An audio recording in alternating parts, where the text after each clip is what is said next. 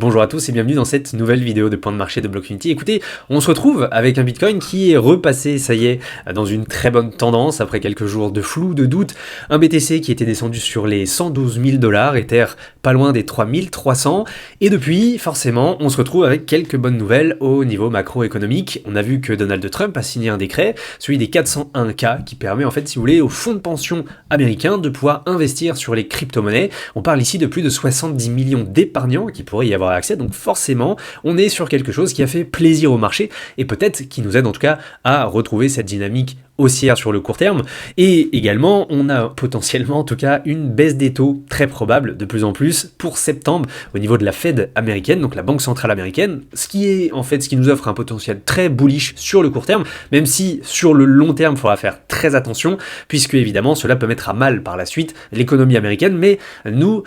n'en sommes pas encore ici. On a vu également même du côté des détenteurs d'ETF quelques semaines de flou depuis notre dernier ATH de la mi-juillet, avec pas mal de sorties, tantôt des entrées de capitaux, mais en tout cas ça revient bien, surtout du côté d'Ether, on le verra un peu plus tard, mais en tout cas c'est ce que l'on verra dans cette vidéo. Donc je vous rappelle, je suis CryptoSapiens, ou Adrien pour ceux qui me connaissent, nous sommes sur Blockfinity, cette fameuse plateforme qui essaye, en tout cas qui nous donne le tout en main pour comprendre et naviguer en fait finalement sur cette volatilité sur le marché. Je vous rappelle d'ailleurs que nous offrons en ce moment 7 jours gratuits pour venir tester la plateforme, donc n'hésitez pas à y faire un tour pour vous faire votre propre avis. Alors finalement, ces derniers jours, on le voit bien, en tout cas sur notre Magic Bands, Bitcoin a bien rebondi parfaitement sur son nuage bullish, sur son nuage vert ici, donc plutôt sur son nuage de dynamique haussière. Donc finalement, en fait, c'est plutôt cohérent avec la vidéo qu'on avait fait la semaine dernière, où pourquoi s'inquiéter tant en fait que certains niveaux tiennent, il n'y avait pas forcément de raison de paniquer sur le marché, et ça on l'a vu. Pour autant, mine de rien, cette correction, on avait fait un tweet dessus, mais écoutez, il y avait pas mal d'investisseurs qui s'étaient écartés un peu du marché, dans le sens où, dès qu'il y a une correction, plutôt que potentiellement être à l'affût d'un environnement propice pour recharger sur des niveaux extrêmement intéressants, la plupart des investisseurs quittent le marché puisque la hype, le FOMO n'y est plus forcément. On avait vu ça avec le ROD, le ratio à l'époque, qui nous montrait bien que l'écart ou la différence entre les nouveaux arrivants et les anciens se creusait petit à petit et très peu de nouveaux arrivants arrivaient sur le marché. Et ça, dans tous les cas, on l'a vu avec notre SOPR, qui ici mesure typiquement s'il y a beaucoup plus de profits ou de pertes latentes sur le marché, et on a eu un tout petit passage limite sur une tendance où beaucoup plus d'investisseurs prenaient des pertes que des gains, alors qu'on avait corrigé seulement de 8 à 9%, en tombant sur les 112 000 $. Donc c'était extrêmement intéressant puisque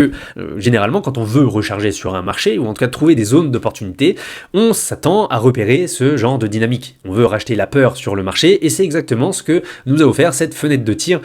temporaire, vu qu'on n'est pas forcément resté bien longtemps sur les 112 000, 113 000 $, mais ici on voit bien que ça a bien réinitialisé les attentes, un peu le même topo que nous avions eu justement début juin ou même fin juin, début juillet, avant l'explosion à la hausse, des investisseurs qui avaient peur, qui capitulaient, qui potentiellement vendaient à perte, puisqu'ils avaient FOMO le précédent top, ici on parle de celui des 123 000 $, et au final, quelques jours après, on est revenu dessus. Et finalement, c'est assez cohérent avec ce qui se passe au niveau de la cyclicité de Bitcoin. Vous le savez, normalement, nous sommes toujours, en tout cas pour l'instant, sauf preuve du contraire, dans ces fameux cycles de 4 ans. Cela veut dire qu'il nous resterait entre 1 et 3 mois de temporalité, puisque comme vous le voyez sur les précédents cycles haussiers, ici en jaune le cycle de 2021, en bleu 2017, ou encore ici le cycle de 2013-2015, en rouge, eh bien nous en sommes ici. Donc vraiment, pour l'instant, on est au jour 478 depuis le bottom de 2022, et comme vous le voyez, eh bien généralement, vers à peu près le jour 526, on arrive à cette fin de cycle, donc on verra très bien si encore une fois, une 4e fois sur 4, on respecte encore cette dynamique, ou si nous allons potentiellement vivre le cycle haussier le plus long de l'histoire de Bitcoin, et des altcoins potentiellement, mais donc tout s'aligne pour nous dire que oui, évidemment,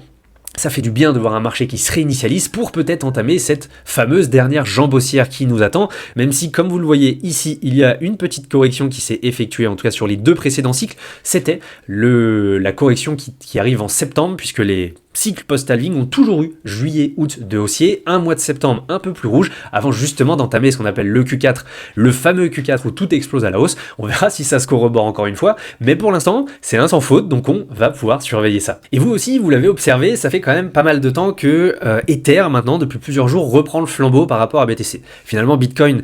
consolide entre les 112 et 120 000 $, alors qu'Ether, lui, a fait un nouveau plus haut non pas historique, mais un nouveau plus haut de cycle, puisque c'est la première fois sur ce cycle 2023-2025 que nous atteignons un prix supérieur à 4000 $, donc c'est vraiment intéressant de le voir pour une fois. On le voit quand on prend la capitalisation totale du marché en excluant BTC. Ici, on voit très bien que les alts reprennent du poil de la bête, et ça c'est extrêmement intéressant. Maintenant, ce qu'on peut distinguer, c'est que c'est bien une ETH season, dans le sens où les altcoins, par rapport à la capitalisation du marché, eux en bénéficient, entre guillemets, mais ne surperforment pas du tout Ethereum. Donc pour l'instant, en fait, on a l'impression qu'on vit une sorte de copier-coller des cycles précédents sur cette fameuse rotation de capitaux. C'est ça en fait qui compte, c'est évidemment de voir de l'argent qui arrive sur le marché, mais généralement pour d'abord BTC, ensuite Ether, ce qui est le cas actuellement, et ensuite pour les grosses caps, mid cap, petite capitalisation. On verra si ça se fera de nouveau, mais pour l'instant on le voit très bien, c'est Ether qui a la main, BTC stagne, et il le faut, c'est extrêmement pertinent si on veut voir justement nos alts performer. Pour l'instant, on est plutôt pas mal. Ce qui, en tout cas, on l'avait relevé déjà à cette époque, c'était que du côté des altcoins, on avait eu ce refroidissement, cette réinitialisation du marché, puisque lorsqu'on avait eu notre ATH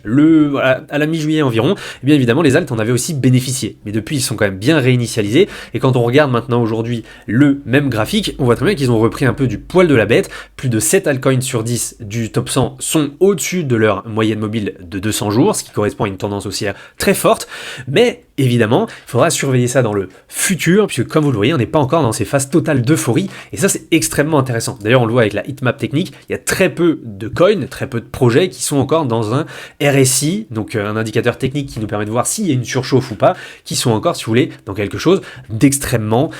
dangereux, on va dire, et qui probablement appellera à une correction. Ici, comme vous le voyez, la plupart des projets sont plutôt sur une moyenne de RSI autour de 50, ce qui est très très sain. Donc vraiment, on a vécu, et le marché a besoin de ces phases de consolidation avant de pouvoir entamer une nouvelle jambe haussière, et c'est exactement ce que l'on voit pour l'instant. D'ailleurs, sur Ether, vous vous en souvenez, avec le Magic Band, on avait déjà repéré ces signaux de vente qui étaient fin juillet, qui s'étaient en tout cas manifestés ici. On a plutôt vu juste, puisque finalement on est retombé ensuite sur les 3300 $, mais là aussi, c'était une excellente opportunité de recharger, puisque encore une fois, on est venu rebondir sur notre nuage bullish. C'était exactement ce qu'on voulait voir pour que, écoutez, le marché reparte à la hausse, qu'on montre très bien que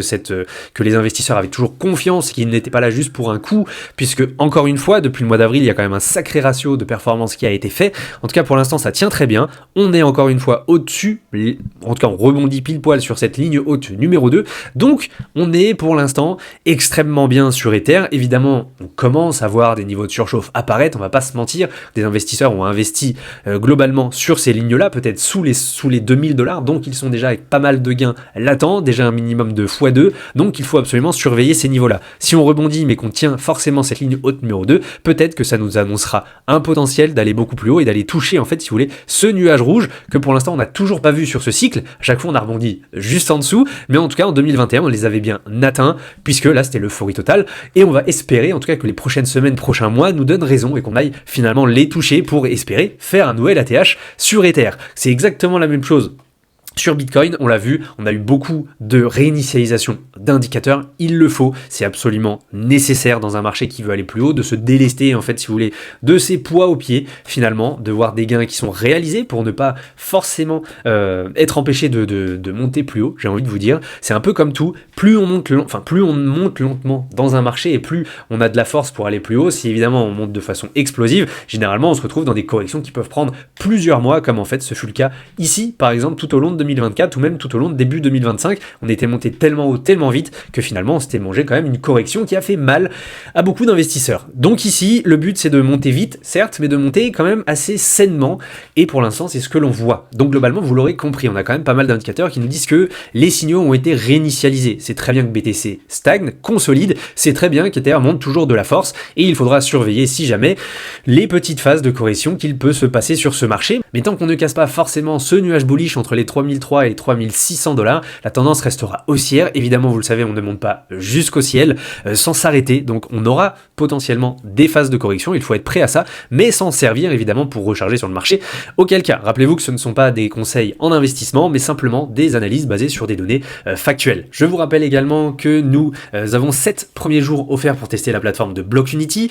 Officiellement aussi, on va sélectionner un gagnant comme on en a parlé dans la vidéo précédente, puisque un parmi vous dans les commentaires se verra offrir un mois complet d'accès à Block-Unity. Donc on va forcément le publier et faire le nécessaire dans les peut-être aujourd'hui, dans les jours qui arrivent, pour le sélectionner. Et puis écoutez, vous avez également le lien de notre Discord sous la vidéo YouTube, donc je vous propose de nous rejoindre directement, en tout cas de rejoindre la communauté Block-Unity. N'hésitez pas à faire un tour, n'hésitez pas à nous poser vos questions également sur X, on se fera un grand plaisir d'y répondre. Merci de m'avoir suivi dans cette nouvelle vidéo de Point de Marché et je vous dis à très bientôt.